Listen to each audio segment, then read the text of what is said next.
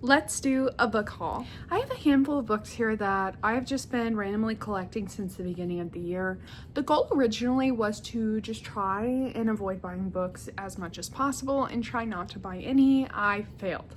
However, I will say 3 months in, almost 4, it's not as bad as it could be, but it's definitely not great.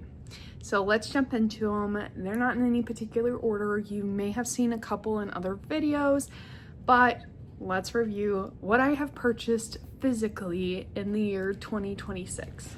So the first one isn't really a me purchase per se. My husband got this for me when we went to Walmart. I sat in the car and then he got me a book. So he does that a lot and I don't prevent him. So this is probably my fault, but you know what? It's okay. Anyway, this is A Secret in the Garden by Janine O'Reilly. I have never heard of this one before. Now, I do know she has a pretty popular other series. It's called like How Does This Feel or something, and I do have it. I have not read it yet though. That's the problem. Pretty much, we're following a character who wants to restore this conservatory that has been left to rot. And so she has no other choice but to beg this billionaire for donation. But he says the only way she's getting the money is if she fixes it and builds everything herself. But the manor's not empty. There's some creepy underlying dark secrets. And it sounds so good, so interesting. It gives the vibes of that book by Ava Reed. I forget the title, but I'll pop it up here. That's the vibes I'm getting. Now this is the craziest thing. I was not a fan of this book when I originally read it. I gave it like 2 stars. But to this day, I cannot quit thinking about it. And I'm like, was I just in a reading slump or something? Should I go back and read it? Because why can I not quit thinking about it if it was only 2 stars? So yes, I think I need to give it another chance and also read the second book, but I am really, really excited to get to this one. Another one I got was Dire Bound by Sable Sorensen. Everybody and their mothers talked about this book, and yes, I'm intimidated, but I love fantasy. I love wolf shifter, wolf bonded type of stories, so I'm very interested about this one. So we follow a character who really, really hates the direwolves. She hates the people that bond with the direwolves. They're called the Bonded. Okay. She hates them and she wants nothing to do with them, but one day her little sister is kidnapped, and to save her sister, she has to cross enemy lines. So she enlists in the military and they make her bond with a direwolf. She wants nothing to do with this feral direwolf she was bonded to, and she has to survive all these trials. But she's catching the eye of the prince, and that puts another target on her back, and that's kind of where the synopsis leaves off. Does that not sound so beautiful, so gorgeous, so delicious? I am so excited to get into this one too. I have so many books on my TBR that I just really, really want to read, and I have no time. I literally collect and barely read. I need to like prioritize reading this coming month. March, April, I don't know. I just need to prioritize it. Another one I have is The Last Letter by Rebecca Yarros. I keep getting this one and The Things We Leave Unfinished mixed up. I've read The Things We Leave Unfinished. It was very, very good. Very, very heartbreaking. I've heard this one is super duper duper sad. And that's all I know. And I don't want to know more. People are very conflicted about the ending. Some people feel like it's trauma porn. Other people say that it's like the best thing they've ever read. So I got this special edition because I'm obsessed with the edges and the end papers.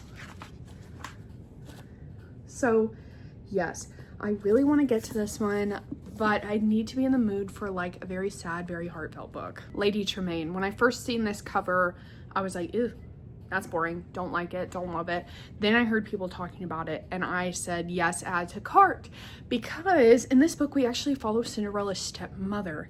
And in the original Cinderella, everybody knows she's made out to be this giant villain.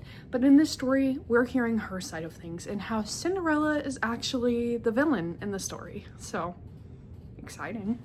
If you love a hunter/prey dynamic, you are going to love The Given by Elena Galea. I have already read this one and I did give it 4 stars. I think it is really good.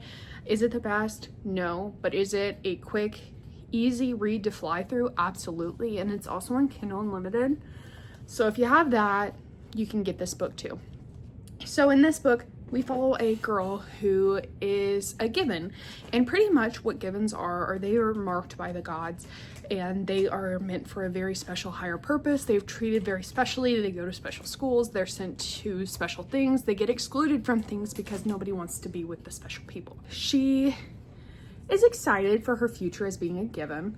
She's interested to know what her life will look like, and she sneaks into her best friend's giving ceremony on her 18th birthday, and instead of seeing her best friend given to whatever she's supposed to be given to, she is slaughtered.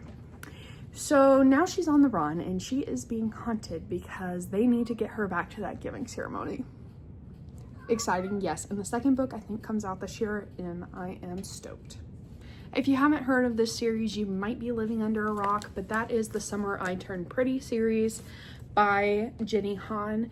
This is the same author of To All the Boys I've Loved Before. I used to love that series when I was in early high school. My best friend got me this for my birthday. I have yet to read or watch, but I've heard all the drama. People are on Jeremy's side or they're on Conrad's, and it's pretty much a story about a teen girl's summer and a love triangle. So I'm excited to get to these this summer. This next one is one of my most anticipated releases for this year, and I actually cannot believe I haven't read it yet. And that is How to Kill a Guy in 10 Days by Shaylee Thompson. So pretty much we follow this girl that wants to get out of her shell, and so she goes to this speed dating event just for a blackout to occur and the guy across from her to have his throat slashed open. And so they're freaking out. They're trying to survive pretty much, but during the entire slasher type environment, she gets stuck in a love triangle with two of the survivors.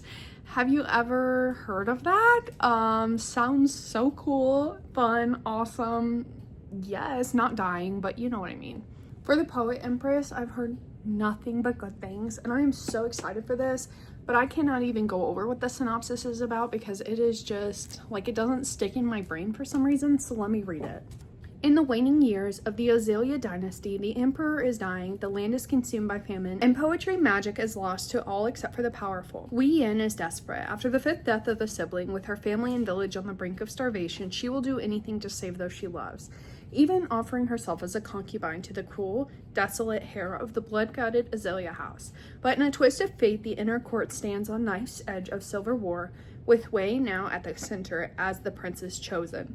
To survive, Wei must harden her heart, rely on her wit, and become dangerous herself, even if that means learning the art of poetry in secret, in a world where women are forbidden to read and wielding the most powerful spell of all, a ballad of death and love. Does this not sound like the best book haul that you have ever seen? And this is why I have problems, because I don't know what's in the air, but all of these new releases are popping off. Let's also not fail to mention how many books I've obtained on my Kindle, but I'm not reviewing that in this video. But let's just say it's a lot. The next one I have here is one that's making all the rage right now, and that is Conform by Ariel Sullivan. So in this book, it says a lifelong outcast 27-year-old Amelia spends her days alone sorting ancient art for destruction. Centuries after a catastrophic war nearly decimated humanity, society is now ruled by an elusive and technological advanced group called the Ilium. The Ilium constantly monitors the population's health and mandate procreation contracts, but her bleak existence is shattered when, for the first time in decades, an Ilium named Colin takes a mate, Emmeline. Baffled as to why she was chosen, Emmeline is swept into a dangerous game of the courting phase, where one wrong move could mean elimination. Soon she discovers that a rebellion is rising and that her mate may be keeping secrets of his own. Colin is confusing, both cold and protective, and where she finds herself drawn to the very last person she should be falling for. Hal, a member of the Resistance. As she draws closer to both Colin and Hal, the Ilium exercise their powers in an increasingly brutal way, forcing Emmeline to question everything, most of all whether she'll have to give up her heart or even her life to stop them. Love triangle, but make it deadly. The next book I have here is Face Off by Chelsea Curto. I have actually never read a hockey romance, and I know that they made all the rage last year.